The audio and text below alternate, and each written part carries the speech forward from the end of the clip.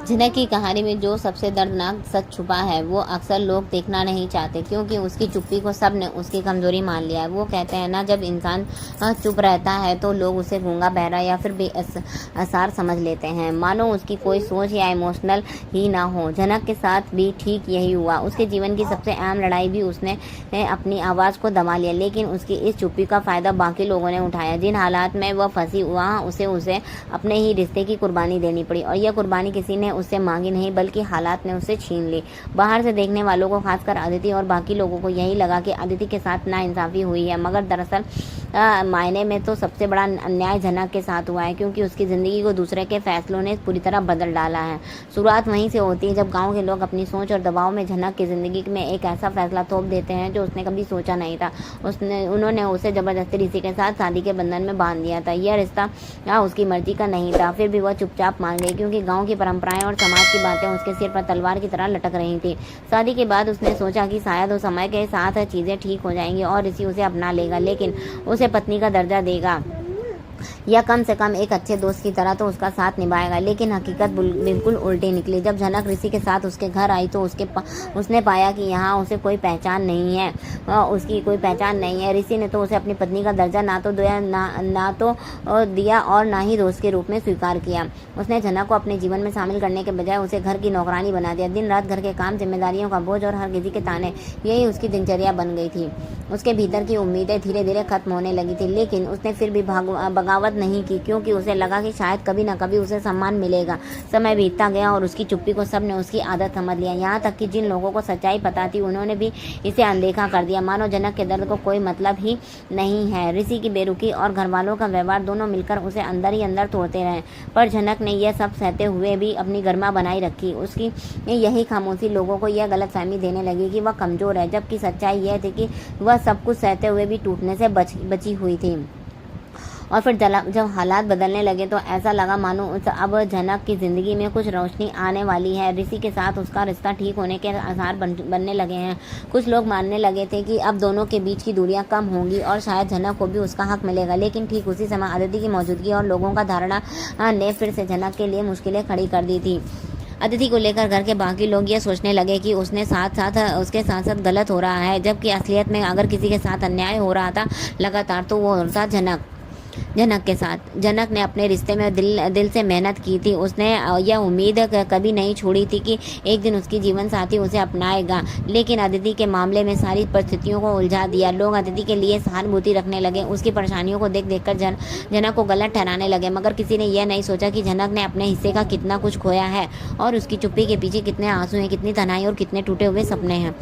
गांव वालों के जबरदस्ती थोपे गए फैसले में जनक ने उसकी पसंद को अधिकार छीन लिया था। अचानक शादी के बाद ऋषि का रवैया, उसकी बेरुखी और घर के भीतर की राजनीति ने उसकी ज़िंदगी को एक लंबी सजा में बदल दिया। वह रिश्ते में रोते हुए भी अकेली थी, परिवार के बीच होते हुए भी पराई थी। सब कुछ वह बिना किसी शिकायत के सहती रही, सिर्फ इसलिए वह अपने आसपास के माहौल को बिगाड़ना नहीं चाहती थी, और यही सबसे उसकी बड़ी बड़ी गलती निकली।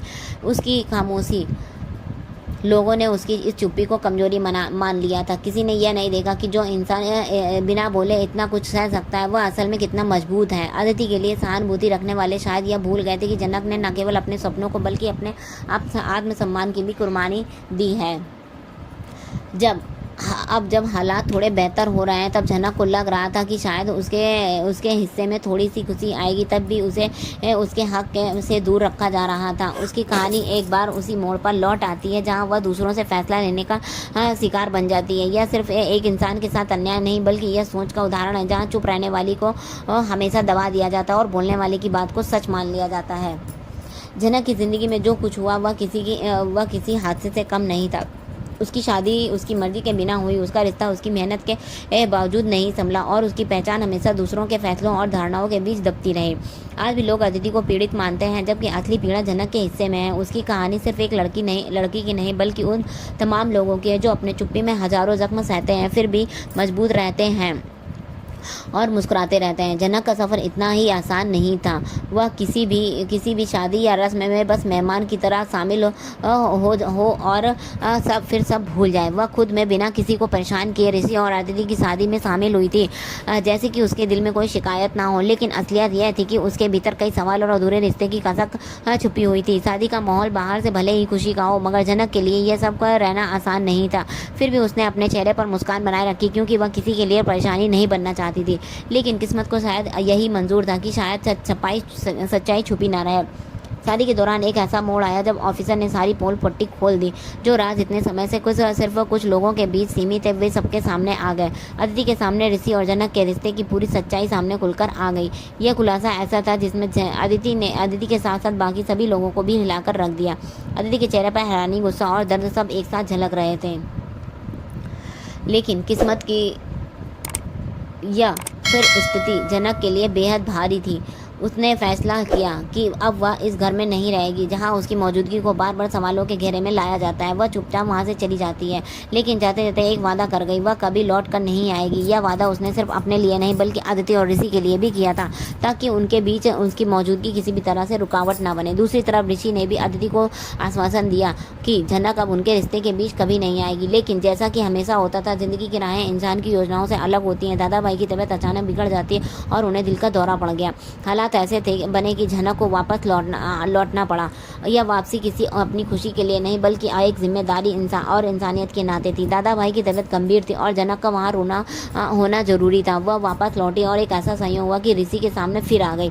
हॉस्पिटल का माहौल गंभीर था। दादा भाई का इलाज चल रहा था और जनक और ऋषि ही दोनों वहीं मौजूद थे। दोनों के बीच लंबे समय से अनकहे शब्द, अधूरे भाव और दबा हुआ दर्द था। लेकिन फिलहाल उनकी प्राथमिकता दादा भाई का स्वास्थ्य था। तभी इस माहौल में अदिति वहां पहुंची। अदिति की नज़र जैसे ही जनक और ऋषि पर पड़ी, उनके मन में गुस्से की लहर दौड़ गई। उन्हें यह बर्दाश्त नहीं हुआ कि जिस जनक ने वादा किया था कि वह वापस नहीं आएगी, अब वह ऋषि के साथ खड़ी है। अदिति ने बिना कोई समय गंवाए जनक के पर ताने कसने शुरू कर दिया। उनके शब्दों में कटाक्ष, गुस्सा और आहत भावनाएं साफ झलक रही थी। उन्होंने जनक को यह जताते हुए कोई कमी नहीं छोड़ी कि उसकी मौजूदगी अभी भी उनके रिश्ते के लिए परेशानी है। लेकिन इस बार जनक चुप नहीं रही। वह जो इतने समय से सब कुछ सहती आई थी, उसने पहली बार अपने दिल की बात साफ साफ कह दी। उसने अदिति से सीधा सवाल किया, आप किस रिश्ते से यह सब कर रही हैं? चाहे हालात जैसे भी हों, सच्चाई यह है कि मैं उनकी पत्नी हूँ। उसकी आवाज़ में दृढ़ता थी और आंखों में एक आत्मविश्वास जो पहले शायद किसी ने नहीं देखा था। जनक के इन शब्दों ने वहाँ मौजूद सभी लोगों को चुप करा दिया। यह पहली बार था जब उसने अपने अधिकार और पहचान को इतनी स्पष्टता के साथ सबके सामने रखा। वह जानती थी कि उसकी ज़िंदगी में बहुत से फैसले उसके खिलाफ लिए गए थे, लेकिन यह सच्चाई कोई नहीं बदल सकता था। वह ऋषि की पत्नी है। अदिति के लिए यह जवाब शायद चुभने वाला था, लेकिन जनक के लिए खुद को साबित करने का एक जरिया था। उसकी इस प्रतिक्रिया को घमंड नहीं था, बल्कि वह आत्मसम्मान था जो सालों की चुप्पी और सहनशीलता के बाद जागा था। उसने यह साफ कर दिया कि वह यहाँ अपनी मर्जी से नहीं बल्कि हालात की वजह से लौटी है, क्योंकि दादा भाई की हालत ने उसे मजबूर कर दिया। यह सुनकर अदिति के पास कहने को कुछ ज़्यादा नहीं बचा। इस पूरे घटनाक्रम के माहौल को और गंभीर बना दिया था। अब यह सिर्फ एक रिश्ते की जंग नहीं बल्कि यह उन वर्षों का हिसाब था जिसमें जनक को नज़रअंदाज किया गया था, गलत समझा गया था और उसके अधिकारों को दूर रखा गया था। इस बार वह किसी भी गलत फहमी को अपनी चुप्पी में दबने नहीं दे रही थी।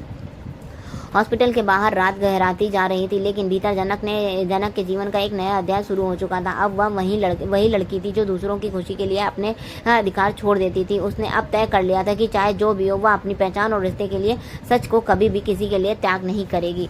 इसके आगे का वीडियो देखने के लिए हमारे अगले एपिसोड का इंतजार करें। तब तक के लिए बाय बाय, राधे राधे।